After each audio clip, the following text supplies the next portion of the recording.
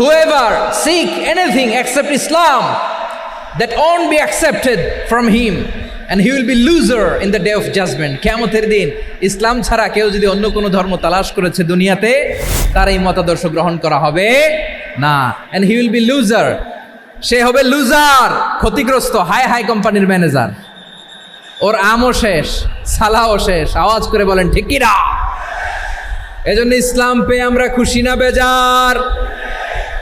প্রত্যেক নামাজ শেষে আমরা আল্লাহরে বলি, আল্লাহ রাদিতু বিল্লাহি রাব্বা ওয়া বিল ইসলামি দীনা ওয়া বি মুহাম্মাদিন নাবিয়ান ওয়া রাসূলা।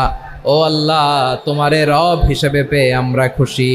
ও আল্লাহ, ইসলামকে ধর্ম হিসেবে পেয়ে আমরা খুশি। বিশ্বনবীকে আমাদের রাসূল পেয়ে আমরা খুশি। ঠিক কিনা বলে?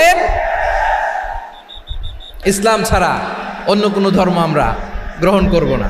ঠিক কিনা বলেন? আল্লাহর কাছে অ্যাকসেপ্টেড রিলিজিয়ান একটা, সেটা ইসলাম।